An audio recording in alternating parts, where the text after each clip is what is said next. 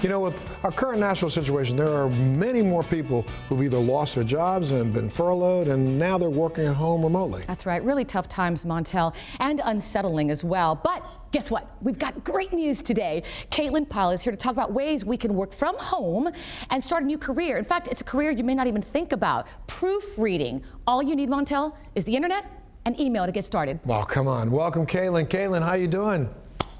Hey, you guys. Thanks so much for having me. Absolutely. Thanks for being here. Look, you created your own business after you were unexpectedly unemployed, which unfortunately is going on with a lot of people. Why don't you tell us a little bit about what you did?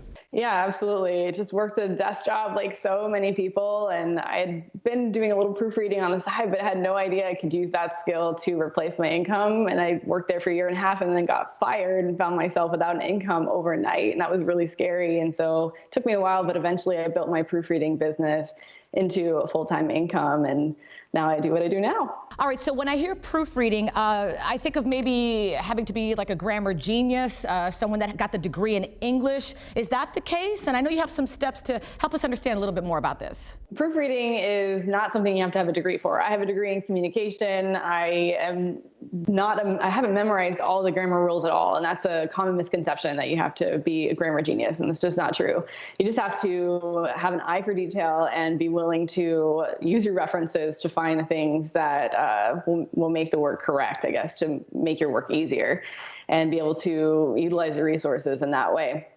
For anybody who wants to work from home, there are 3 steps that I've put together into a little formula over the years. And the first step is to break free from the lies that hold you back. You don't need a degree. That's one of the lies that we're fed by so many people. It's just part of our programming. It's just not true. Level up is the second step. And that just means after you've broken free from the lies that may have been holding you back thus far, you can replace it with truth and with skills that you can use to generate income and take control of your income in that way.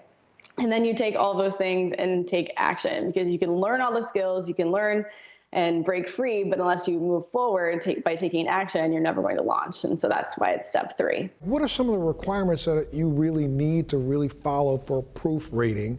And then, you know, maybe how do you apply those same requirements for other jobs? So you want to have attention to detail, and you want to be able to sit for a long period of time with focus. And that does take some conditioning. I tell my students at Proofread Anywhere that you might not be able to proofread for 2 hours straight without getting a headache, but that will get easier, and so you have to be patient with yourself. But attention to detail will transfer to all types of jobs, because if you can read an email and process the details in that email and execute, then there's a good chance you could be a good virtual assistant or a transcriptionist or something like that. So what I recommend is focusing on the client, focusing on the person whose problem you want to solve, instead of focusing on making money for yourself. And if you focus on the other person, then your own needs will be met just naturally. And I got to tell you, I love this concept because Montel, I don't know if you know this, but I've changed my career like 4 times in my lifetime.